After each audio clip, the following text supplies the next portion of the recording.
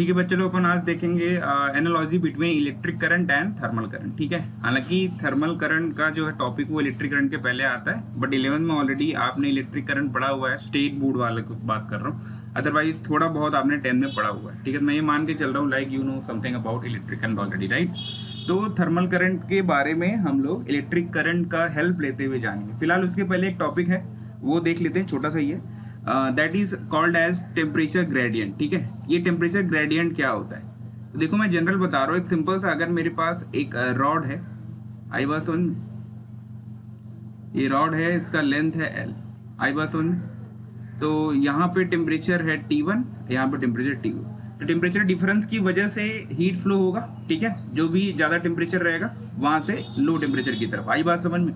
तो temperature gradient क्या होता है? नाम से ही पता चल रहा है, टेम्परेचर ग्रेडियंट मतलब होता है टेम्परेचर चेंज। ग्रेडियंट बेसिकली आपको बताता है change of something over the like time और स्पेस। ठीक है, तो टेम्परेचर का चेंज होना विद रिस्पेक्ट टू टाइम भी आप ले सकते हो, या टेम्परेचर का चेंज होना विद रिस्पेक्ट टू स्पेस भी आप ले सकते हो। तो यहाँ पे हम लोग टाइम को हम लोग फैक्टर नहीं देंगे, हम लोग लेंगे change of temperature with respect to space. Space यहाँ मैं बोलूँगा तो 3 डायमेंशन आपको नहीं लेना है, आपको सिर्फ यहाँ पे लेंथ लेना है, क्योंकि यहाँ पे जो मैंने आपको कंडक्टर दिया उसके पास स्पेस के पैरामीटर्स के नाम पे सिर्फ लेंथ है। आई बात समझ में। तो यहाँ पे टेम्परेचर ग्रेडियंट का बेसिक मतलब क्या हो जाएगा? टेम्परेचर ग्रेडियंट को आप कैसे भी दिखा सकते हो, मैं यहाँ TG बता रहा हूँ। TG का जो फॉर्मूला है that is change in temperature, change in temperature per unit distance, per unit distance, distance बोले तो यहाँ पे लेंथ हो जाएगा, तो पर यूनिट लेंथ हो जाएगा। ठीक है, तो आप अगर पूरा कंडक्टर कंसिडर कर रहे हो तो भी चलेगा, आई बात समझ में। तो इसमें भी 2 तरह का टेम्परेचर ग्रेडियंट आता है, एक आता है टेम्परेचर ग्रेडियंट इन स्टेडी स्टेट, एक आता है टेम्परेचर ग्रेडियंट इन वेरिएबल स्टेट। आई बात समझ में। देखो टेम्परेचर तो चेंज होने ही वाला है ना, जब ऑब्जेक्ट के एक जगह से दूसरी जगह जब फ्लो होगा तो टेम्परेचर चेंज होता ही है, आई बात समझ में। तो टेम्परेचर क्यों चेंज होगा? क्योंकि यहाँ से वहाँ हीट एनर्जी फ्लो हो रही है, आई बात समझ में। तो अब यहाँ पर हम लोग 2 फॉर्मूला लिखते हैं, एक लिखेंगे वेरिएबल स्टेट का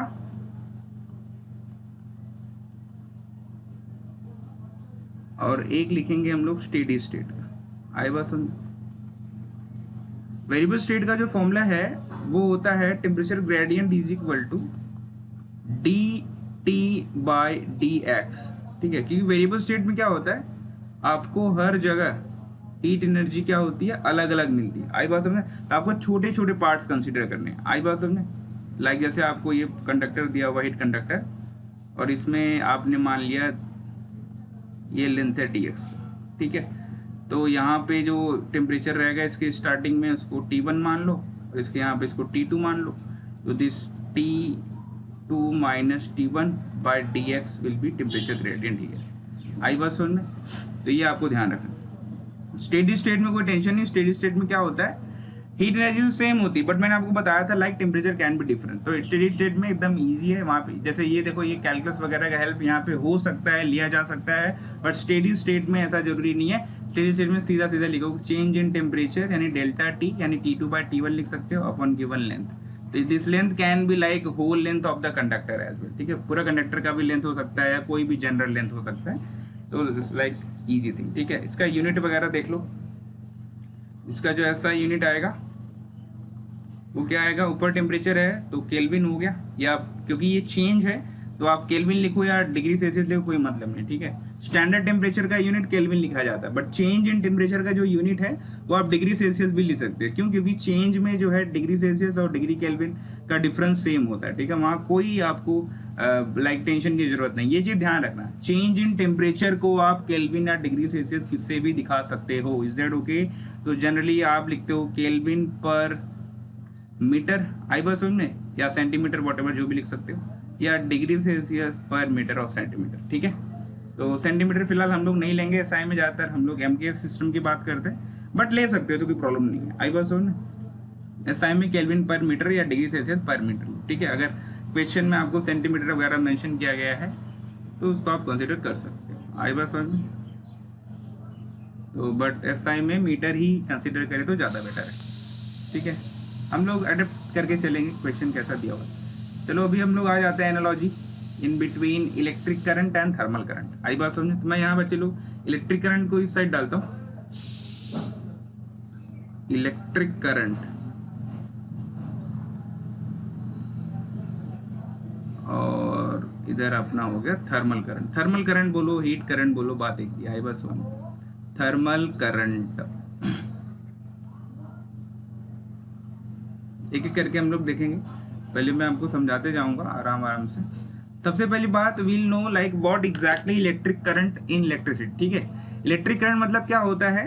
rate of flow of charges. ठीक है, जब मैं rate of flow of charges बोलूंगा तब विद रिस्पेक्ट टू टाइम है। ठीक है, यानी कि number of charges per unit time आप बोल सकते हो। आई बात समझ में? तो electric current is basically flow of the charges. Charges मैं बोलता हूँ they can be like electron और एनी आयन, वॉट एवर, कुछ भी हो सकते हैं। पॉजिटिव चार्ज भी हो सकता है, नेगेटिव चार्ज भी हो सकता है, कुछ भी हो सकता है, बट चार्ज होना चाहिए। तो इलेक्ट्रिक करंट क्या है? Flow of charges, flow of charges per unit time. आई बस हमने इलेक्ट्रिक करंट, इसको हम लोग चाहें तो फॉर्मुलेट कर सकते हैं। I is equal to, charge को हम लोग स्मॉल की यहाँ दिखा देते हैं और टाइम यहाँ पे मैं ऐसे ले लेता हूँ। आई बस हमने, हालांकि देखा जाए टेक्निकली तो d Q by D t लेना चाहिए, बट वो चीज़ आप डेप्थ में जानेंगे इलेक्ट्रिक करंट में ही। बट यहाँ पे हम लोग ले रहे हैं Q by T. Q basically charge को डिनोट करता है और क्यू का वैल्यू होता है एन इंटू ई। एन बोले तो कोई भी इंटीजर हो गया, इंटीजर मतलब लाइक जीरो नहीं होता, 1 2 3 वॉट एवर कुछ भी हो सकता है, नेगेटिव पॉजिटिव कुछ भी हो सकता है, फ्रैक्शन में नहीं रहता। N e is equal to n, मैं ऐसे साइड में बता रहा हूँ, इसका कोई फिलहाल यहाँ जरूरत नहीं है। एन ई अपॉन टी भी आप लिख सकते हो। ठीक है, और ऐसे बहुत सारे फॉर्मूले बना सकते हो, बट जनरल में बता रहा हूँ। थर्मल करंट क्या होता है? ये था flow of charges per unit time. ये अपना है फ्लो ऑफ हीट। क्या है?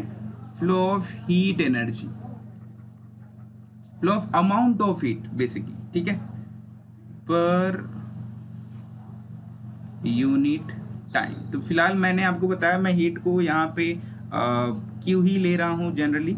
यहाँ पे हम लोग अगर इसको मैं फॉर्मुलेट करना चाहूँ, आई हीट अगर मैं लिखना चाहूँ, आई हीट बहुत लोग लिखते हैं, बहुत लोग सिर्फ एच ही लिखते हैं। देखो सिंपल के ऊपर मत जाओ, सिर्फ ध्यान रखो लाइक बेसिक फॉर्मुलेशन कैसा है। हीट एनर्जी को मैं यहाँ पे क्यू से दिखा रहा हूँ, कैपिटल क्यू से क्वांटिटी। ठीक है, यहाँ पे क्यू की वैल्यू एनी वगैरह मत लिख देना। ठीक है, यहाँ पे क्यू की वैल्यू क्या क्या आ सकती है मैं आपको बताता हूँ। ठीक है, यहाँ से यहीं बता देता हूँ लगे हाथ। ठीक है, एक क्यू की वैल्यू जनरल आपने 10 में पढ़ी होगी, एम इंटू एल आ सकती है। एम इंटू एल बोले तो लेटेंट हीट के टर्म में। ठीक है, m is the mass of that object which is changing its phase, जो अपना फेज चेंज कर रहा है। ठीक है, लेटेंट हीट कब आता है? जब फेज चेंज होता है, सॉलिड से लिक्विड, लिक्विड से गैस। तो क्यू की प्लेस पे एम एल लिख सकते हो, जैसे यहाँ पे क्यू को आपने एन ही लिखा था ना, वैसे ही। और अगर मान लो ऑब्जेक्ट जो है हीट लेके या दे के जो भी है अपना टेम्परेचर चेंज कर रहा है, तो वहाँ पे क्यू की जगह m into specific heat, specific heat को बहुत लोग सी से दिखाते हैं, कोई टेंशन की बात नहीं, इंटू चेंज इन टेम्परेचर।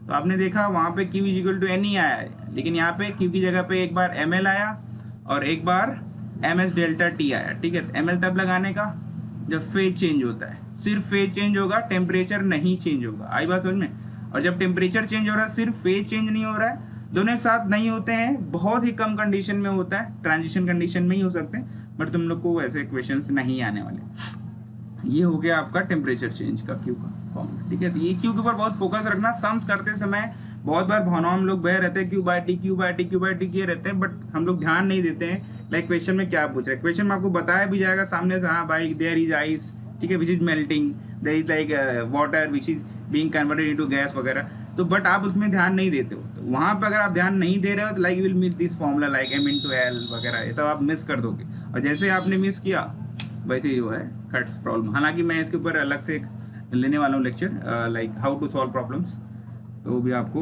दे दूंगा। ठीक है, फिलहाल ये हो गया आपका पहला चीज़। अब दूसरी चीज़ क्या है, ठीक है, वो देखते हैं। इलेक्ट्रिक करंट में जो है क्या आ गया,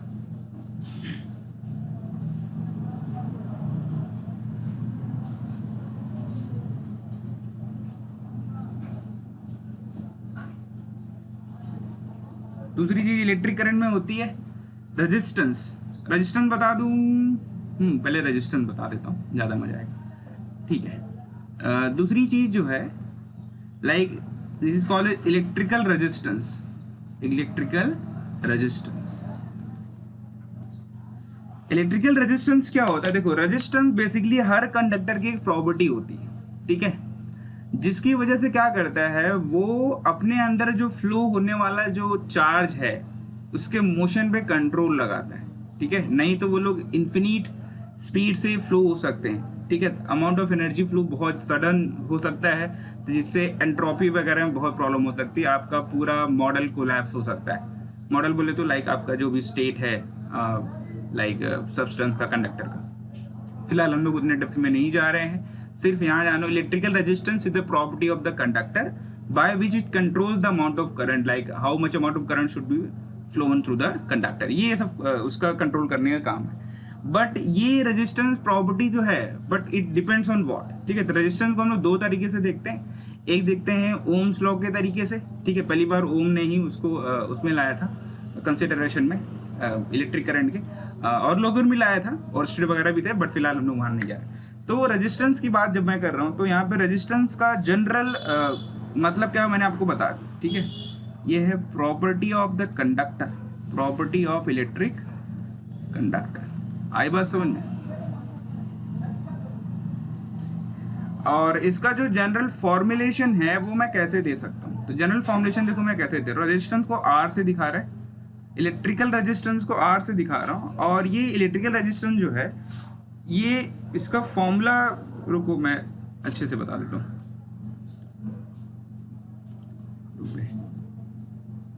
देखो, रेजिस्टेंस डिपेंड्स ऑन व्हाट। देखो, भले से प्रॉपर्टी है तो ऑब्वियसली किसी न किसी फैक्टर पे डिपेंड करेगा कंडक्टर के। सबसे पहले ये डिपेंड करता है लेंथ ऑफ द कंडक्टर के, और डिपेंडेंसी आप देख लो, डिपेंडेंसी कैसी है? डायरेक्टली प्रोपोर्शनल, यानी जितना ज्यादा लेंथ होगा उतना ही ज्यादा रेजिस्टेंस होता है। यानी वायर आपका इलेक्ट्रिक करंट वाला जितना ज्यादा रहेगा उतना ज्यादा रेजिस्टेंस उसके अंदर जनरेट होगा, ठीक है। क्यों जनरेट होगा ये सब इलेक्ट्रिसिटी में बताऊंगा। अभी यहाँ पे ये लेक्चर बहुत लंबा हो जाएगा, उसका कुछ चक्कर में पड़ेंगे, पता चला कि इलेक्ट्रिक करंट, थर्मल करंट से ज्यादा इलेक्ट्रिक करंट ही पड़ रहा हो। फिलहाल अभी इतना ही ध्यान रखो, यहाँ पे ध्यान रखने वाली बात नहीं। नेक्स्ट है resistance is inversely proportional to area. कौन सा एरिया? देखो, कंडक्टर जैसे वायर अगर मैं ले रहा हूँ तो उसके पास दो तरह का एरिया होता है। The first one is like surface area. Surface area मतलब ये जो चीज होगी, ठीक है, जिसको मैं टच कर रहा हूँ ऊपर से। और दूसरा क्रॉस सेक्शनल एरिया होता है। ये क्रॉस सेक्शनल एरिया मतलब जो अंदर से फ्लो, जो पैसेज मिलता है ना इलेक्ट्रॉन्स वगैरह को, वो क्रॉस सेक्शनल एरिया होता है। यहाँ पे मैं क्रॉस सेक्शनल एरिया कंसीडर करूंगा, क्योंकि इलेक्ट्रॉन जो होते हैं अंदर फ्लो हो रहे हैं, ठीक है। हालांकि एकदम ऐसे मत समझ लेना कि अंदर ही फ्लो हो रहे हैं, ठीक है। ये बहुत बड़ा लाइक एक गलती है, लोग मान लेते हैं। लेकिन क्रॉस सेक्शनल एरिया ही आपको कंसिडर करना है, वो सब भी एक्सप्लेन किया जाएगा इलेक्ट्रिक करंट में। बहुत डीप टॉपिक है ये सब, तो ध्यान रखना। बेसिकली ऐसा आप समझ लो कि जैसे मान लो एक रोड है, रोड पे ये आर यानी जो रेजिस्टेंस बात करना, तो आर बोले तो एक तरह का ब्रेकर हो गया। रेजिस्टेंस एक तरह का ब्रेकर है। जैसे रोड पे ब्रेकर किस लिए लगाया जाता है? ताकि लाइक स्पीड कंट्रोल रहे। तो जितना लंबा रोड रहेगा उतना ज़्यादा प्रोबेबिलिटी होगी, उतने ही ज़्यादा चांस होंगे कि उस पर रजिस्टर, उतने ही ब्रेकर आएंगे। जाहिर सी बात है, सिंपल सी बात है ना। रोड छोटा रहेगा तो हर जगह थोड़ी ना ब्रेकर लगा देंगे। उसी तरीके से जितना ज़्यादा लेंथ रहेगा उतना ही ज़्यादा रेजिस्टेंस होता है। और रोड जितना ज़्यादा चौड़ा होगा, आई बात समझ में, उतना ही कम, आई बात समझ में, उतना ही कम वहाँ पे लाइक एक्सीडेंट वगैरह होने का चांस होता है। ईजिली फ्लो हो सकते हैं लोग, यहाँ से वहाँ ट्रैवल कर सकते हैं, है कि नहीं। हाईवे वगैरह देखो बहुत चौड़े चौड़े बनाए जाते हैं। तो क्रॉस सेक्शन एरिया को आप रोड की चौड़ाई से कंपेयर कर सकते हो। तो रोड जितना चौड़ा रहता है उतना ही ईजी होता है लोगों को ट्रांसपोर्ट होने में यहाँ से वहाँ। आई बात समझ। तो यहाँ पे भी आपको ध्यान रखना है कि रेजिस्टेंस उतना कम रहेगा जितना क्रॉस सेक्शन एरिया कम ज़्यादा रहता है। क्रॉस सेक्शन एरिया ज़्यादा रहेगा तो इलेक्ट्रॉन आसानी से फ्लो हो सकते हैं, आपस में कोलाइड वगैरह नहीं करते, रेजिस्टेंस नहीं जनरेट कर पाते। आई बात समझ में, ये आपको ध्यान रखना है। इन दोनों को अगर मैं कंबाइन कर दूँ, I will get this R is proportional to L and A के इनवर्सली प्रोपोर्शनल है, यानी क्रॉस सेक्शन एरिया जितना ज़्यादा होगा आर उतना ही कम होगा। तो ये आपको मिल जाता है तीसरी बात। लेकिन यहाँ पे मैं क्या करता हूँ, आर को इज इक्वल टू अगर मैं लगाता हूँ तो यहाँ में कांस्टेंट लिखना पड़ता है, इसको मैं बोलता हूँ रो इज द रेजिस्टिविटी। ये असली बंदा अपना, ठीक है। तो यहाँ पे रो कांस्टेंट आया बच्चे लोग, ये अपना असली बंदा। असली बंदा मतलब लाइक ये अपने को ध्यान रखने वाली बात है। लोग 10वीं तक आर को बहुत ध्यान देते हैं, बट सब चीज़ों पर ध्यान रखो। R is equal to rho L upon A हो गया। रो क्या होता है? रो को हम लोग स्पेसिफिक रेजिस्टेंस बोल सकते हैं, रेजिस्टिविटी बोल सकते हैं। तो रो क्या है? रो है तो ऐसे देखो कि जो मैथमेटिकल फॉर्मेट है उसमें एक सिर्फ कांस्टेंट का काम कर रहा है, बट रो को मैं यहाँ पे रेजिस्टिविटी बोल रहा हूँ। रेजिस्टिविटी, आई बस सुन। और ये प्रॉपर्टी होता है मटेरियल ऑफ द कंडक्टर का, ठीक है। ये डिपेंड किस पे करता है, depends on material of conductor. Conductor किससे बना हुआ है, लाइक जो एलिमेंट्स हैं, एलिमेंट्स हो सकते हैं, कंपाउंड, जिससे भी आपका कंडक्टर बना हुआ उस पर डिपेंड करेगा, ठीक है। कितना ज़्यादा है वो लेंथ में, कितना ज़्यादा वो एरिया में है, कितना लाइक उसके जो फिजिकल पैरामीटर्स होंगे वो सब ऊपर डिपेंड नहीं करता, वो मटेरियल पे डिपेंड करता है, यानी उसके केमिकल पैरामीटर्स पे डिपेंड करता है। आई बात समझ, लाइक उनके मॉलिक्यूल्स के बीच में इंटरेक्शन कैसा है, आई बात समझ में, ये सब भी चीज़ें डिपेंड करेगा। तो रो ये मटेरियल पे डिपेंड करता है, आई बात समझ। जैसे मैं अगर बोलूंगा कि 2 वायर मैंने लिया, एक 10 मीटर का, एक 20 मीटर का, तो दोनों का रेजिस्टेंस में क्या फर्क है, तो आप बोलोगे सर 20 मीटर वाले का रेजिस्टेंस ज्यादा, ऑब्वियसली रेजिस्टेंस की बात कर रहा हूँ तो ज्यादा है। लेकिन अगर मैं रेजिस्टिविटी की बात करूंगा, मैं बोलूंगा 10 मीटर वाले का रेजिस्टिविटी बड़ा है, 20 मीटर का रेजिस्टिविटी बड़ा है, प्रोवाइडेड दोनों सेम मटेरियल के बने हुए हैं, तो आप बोलोगे सर दोनों का रेजिस्टिविटी सेम है, क्योंकि उनका मटेरियल सेम है, ठीक है। It will never depend on the physical parameters, right, ये आपको ध्यान रखना है। और जो इसका यूनिट होता है आर का, यहाँ पे ये होता है ओम वगैरह लिखते हैं, ठीक है। इसको आप ऐसे सिंबल से भी दिखा सकते हो, ओमिक्रॉन, ओमेगा वगैरह, ठीक है। फिलहाल अभी आते हैं यहाँ पे इलेक्ट्रिक करंट का यूनिट मैं आपको यहाँ नहीं बताया था।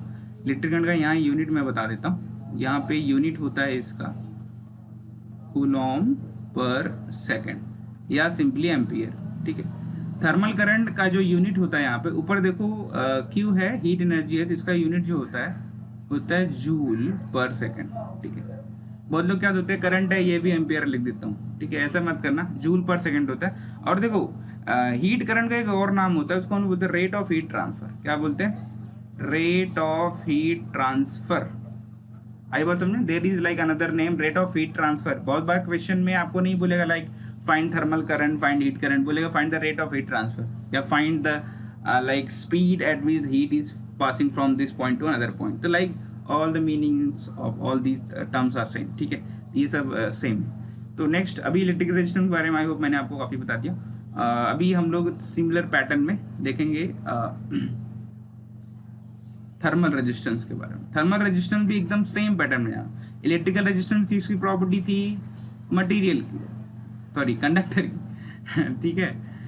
तो यहाँ पे भी थर्मल रेजिस्टेंस प्रॉपर्टी होगी कंडक्टर की। इट इज प्रॉपर्टी ऑफ, वहाँ प्रॉपर्टी ऑफ इलेक्ट्रिक कंडक्टर बोला है, यहाँ पे आपने बोलना है प्रॉपर्टी ऑफ थर्मल कंडक्टर। आई वैसे में थर्मल कंडक्टर तो पता ही होगा ना, जिसमें हीट पास वगैरह हो जाती है, ठीक है। अब सेम पैटर्न, जैसे यहाँ पे मैं आर सी दिखाऊँ, अपन कुछ अलग अलग लेंगे, ठीक है। मस्त आर लेने का, इधर ये आर प्रोपोर्शनल है एल के, कुछ नहीं, एकदम सिंपल, वही पैटर्न छाप दो पूरा, r is university proportional to a, same same same, ठीक है। यहाँ का थर्मल रेजिस्टेंस भी लेंथ के प्रोपोर्शनल होगा, जितना ज़्यादा लेंथ होगा उतना ज़्यादा थर्मल रेजिस्टेंस आता है, जितना ज़्यादा उसका क्रॉस सेक्शन एरिया, यहाँ पे भी एरिया में क्रॉस सेक्शन एरिया ही लेना है, सरफेस एरिया नहीं लेना है, ठीक है। अच्छा एक बात और बता दूँ, देखो यहाँ पे लेंथ और एरिया जो है ना इतने ज़्यादा ईजी नहीं होते सेलेक्ट करने, ठीक है, जितना ज़्यादा ईजी आपको इलेक्ट्रिक करंट में होता है। यहाँ पे हमेशा कुछ चीज़ों को ध्यान में रखना पड़ता है। देखो यहाँ पे लेंथ की जब मैं बात करूँगा, लेंथ ऑफ थर्मल कंडक्टर, तो लेंथ ऑफ थर्मल कंडक्टर मतलब होता है कि आपका जो थर्मल कंडक्टर है उसमें जिस डायरेक्शन में करंट फ्लो हो रहा है उसी डायरेक्शन का लेंथ लेना है। ये चीज़ आपको तब समझ में आएगी जब मैं 3 डायमेंशनल कंडक्टर्स लूँगा, ठीक है। 3 डायमेंशनल कंडक्टर में और भी पैरामीटर्स होंगे लेंथ दिखने वाले। जैसे मान लो एक क्यूब है, क्यूब में मैंने बोला कि जैसे कैन यू सी, दिख ही रहा होगा आपको, देखो ये आपको मान लो, ये मान लो सपोज जैसे मेरा डिवाइस है, ठीक है। ये डिवाइस मान लो ये 3 डायमेंशनल, 3 डायमेंशनल तो भाई ये बेसिकली, बट इसकी औकात के हिसाब से 2D दिख रहा है। तो मान लो ये मेरी तरफ से फ्लो हो रहा है और यहाँ से निकल रहा है, आई बस सुन। तो अगर मैं बोलूँगा कि ये जो फिजिकल पैरामीटर दिया ये लेंथ है, और ये मान लो ये हाइट है, और ऐसा विड्थ दिया हुआ है, ठीक है। विड्थ ऐसा ऐसा है, सॉरी विड्थ ऐसा है, तो हाइट और विड्थ नहीं लेना है, ये वाला लेंथ लेना है, ठीक है। अगर करंट थर्मल करंट यहाँ से पास हो रहा है, इधर जा रहा है, तो सिर्फ ये डायगोनल वाला लेंथ लेना है। तो ये ध्यान रखो।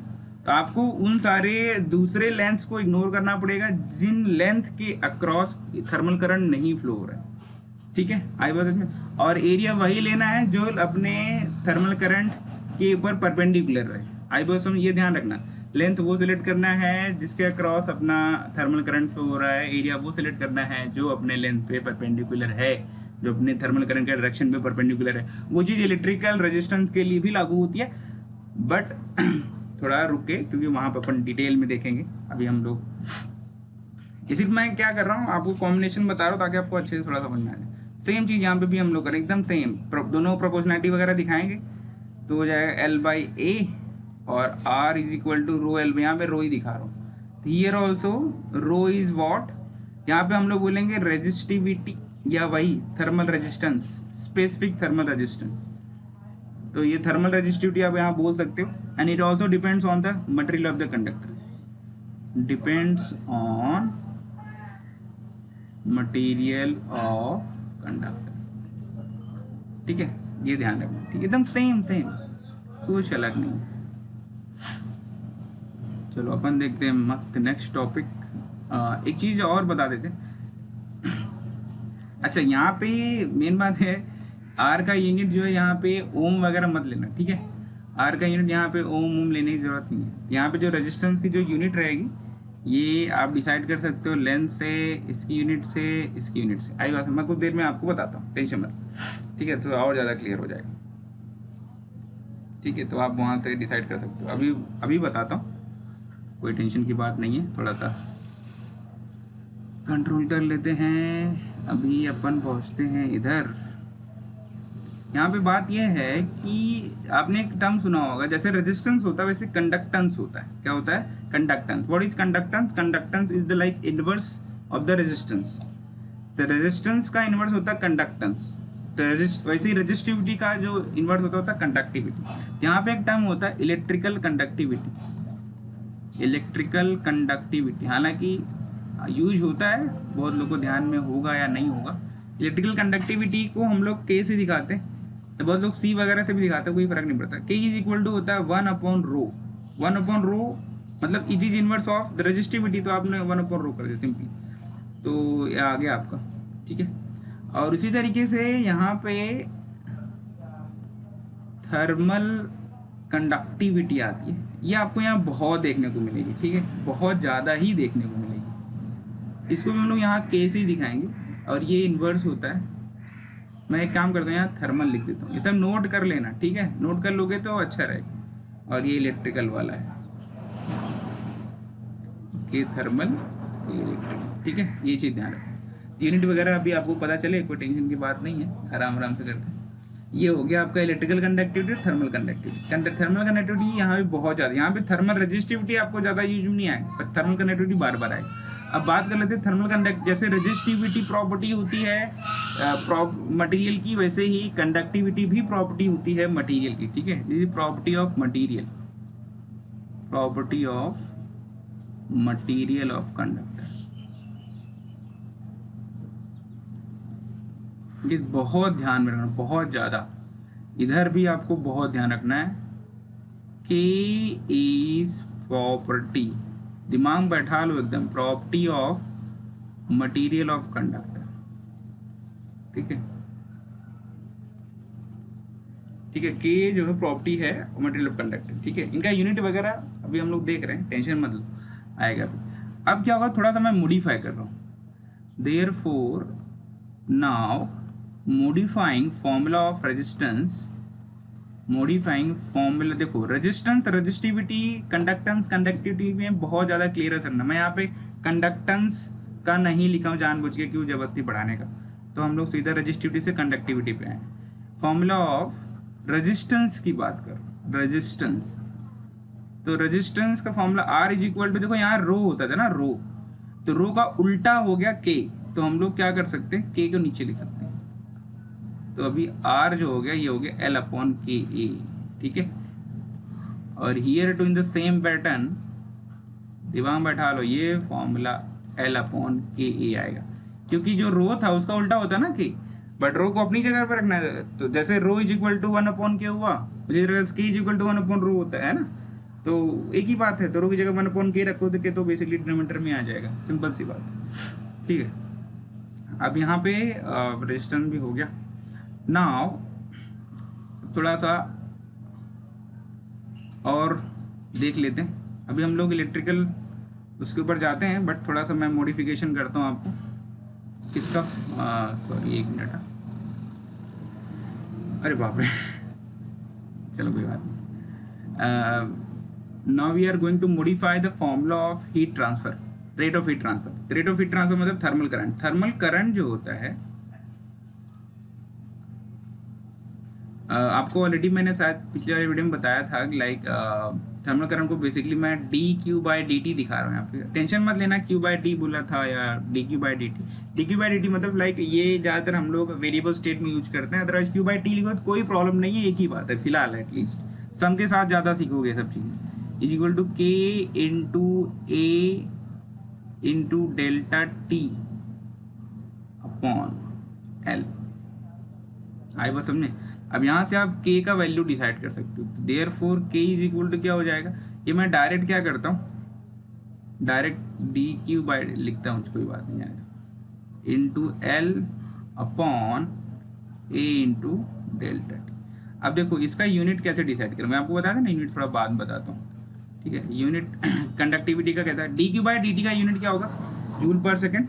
लिख लो यहाँ पे जूल पर सेकेंड इंटू, याद करके मैं नहीं रखा हूँ, याद तुम लोग को करना है, ठीक है, याद करके रखना है, कोई टेंशन नहीं, वो याद हो जाता है धीरे धीरे, कोई टेंशन नहीं बात। लेंथ का मीटर होता है और एरिया का होता है मीटर स्क्वायर, और चेंज इन टेम्परेचर का मान लो यहाँ केल्विन, कुछ भी ले लो, डिग्री सेल्सियस आपको ज़्यादा मिलता है बेसिकली देखने में, सम के हिसाब से बता रहा हूँ, ये ऐसा हो जाएगा। तो बेसिकली हो जाएगा ये जूल पर सेकेंड मीटर डिग्री सेल्सियस, ठीक है, यानी जूल पर सेकेंड मीटर डिग्री सेल्सियस, ठीक है। इसका आप उल्टा कर दोगे तो आपको रेजिस्टिविटी का आ जाएगा, कोई टेंशन की बात नहीं, ठीक है, तो कोई प्रॉब्लम नहीं है, बस मस्त है। अब ये सब तो अपनी जगह है। अभी एक सबसे इम्पॉर्टेंट है, सबसे इम्पोर्टेंट, हालांकि ये भी बहुत इंपॉर्टेंट था, यूनिट वगैरह तो आपने देख ही लिया है। अच्छा, जूल पर सेकेंड को वॉट भी बोलते हैं, ये पता होना चाहिए शायद आपको, ठीक है। Also unit of Q by T, देखो ये जूल पर सेकेंड है, जूल पर सेकेंड वॉट भी होता है, ध्यान रखने का, यानी वॉट लिख सकते हो सिर्फ जूल पर सेकंड, यानी यहाँ पे आप लिख सकते हो वॉट, वॉट ऊपर लिख दिया, पर मीटर पर डिग्री सेल्सियस, ठीक है, चलिए ठीक है, लिखो, छोड़ो ये, ठीक है, समझ गया ना तुम। चलो फिलहाल इधर आते हैं।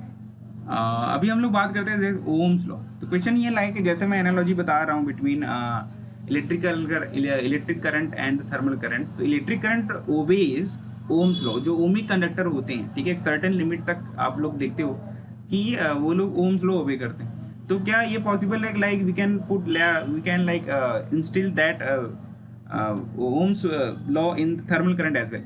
तो क्वेश्चन है कि ऑब्वियसली कर सकते हैं, और ये ओबे भी करता है, ठीक है। हम लोग Ohm's law for electric current देख लेते हैं। कहाँ गया भाई, Ohm's law for electric current, ठीक है। तो यहाँ पे मस्त क्या है उसका Ohm's law, V is directly proportional to current.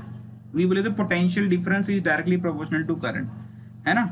Therefore V is equal to, यहाँ पे हम लोग कांस्टेंट जगह R लेके आते हैं, therefore R is equal to V by I लिखो, या I is equal to V by R लिखो, ठीक है, बात एक ही है। आई बात समझ। यहाँ पे भी ओम्स लॉ देखते हैं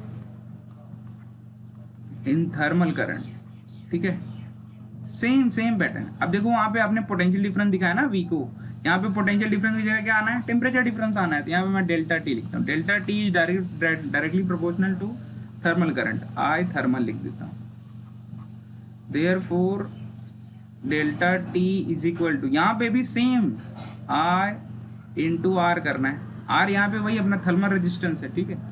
तो R is equal to delta T by I लिखो, या I is equal to delta T by R लिखो। देखो बहुत बार ना यही यूज होता है, बहुत बच्चे लोग क्लिक नहीं करता है, ठीक है। बहुत बार ये वाला फॉर्मूला यूज होगा, लाइक आपके पास और देखो अभी कितना फॉर्मूला हो गया ना, D Q by D T is equal to K A into delta T by K into delta T by L हो गया, ठीक है। उसके बाद क्यू का फॉर्मूला रख सकते हो M L M C delta T upon इधर इस साइड अपॉन टी करके उधर K A delta T L consider कर सकते हो, ऐसा बरोबर है। बट इसी समय आप ये भी ध्यान रखना कि बेसिक लेवल पे जो आपका थर्मल करंट है, यानी मैं अगर इसको ऐसा लिख दूँ D Q by D T लिख दूँ, तो ये आप change in current upon resistance भी लिख सकते हो, सिंपल सा फॉर्मूला, ये ध्यान रखना। यानी इस डेल्टा टी बाई आर का ही इतना ही इंपॉर्टेंट जितना तुम्हारे के into A into delta T by L, और जितना तुम्हारे एम एल लिखो या M H delta T by T, इन लोग का। ठीक है, ये सब मेन बात है presence of mind, like how you can connect all the links. ठीक है, जैसे कनेक्ट करोगे डेटा पे डिपेंड करेगा, लाइक आपको कैसे ये सब कैरी करना है, ये सब होगी जनरल सी बात। ठीक है, ये सब ध्यान रखना है। ये जो तीनों मैंने आपको बताया है, ये तीनों बहुत ज़्यादा ध्यान रखना है, थर्मल करंट फाइंड आउट करने में बहुत काम आएगा। ठीक है, ओके, देखते हैं थोड़ा टाइम कितना हुआ। अगर टाइम कम रहेगा तो अपन देख लेंगे। 1 मिनट, कितना टाइम हुआ भाई? अभी नहीं चल रहा, 30 मिनट हो गए। ठीक है, कोई बात नहीं, अभी अपन यहाँ पे रुक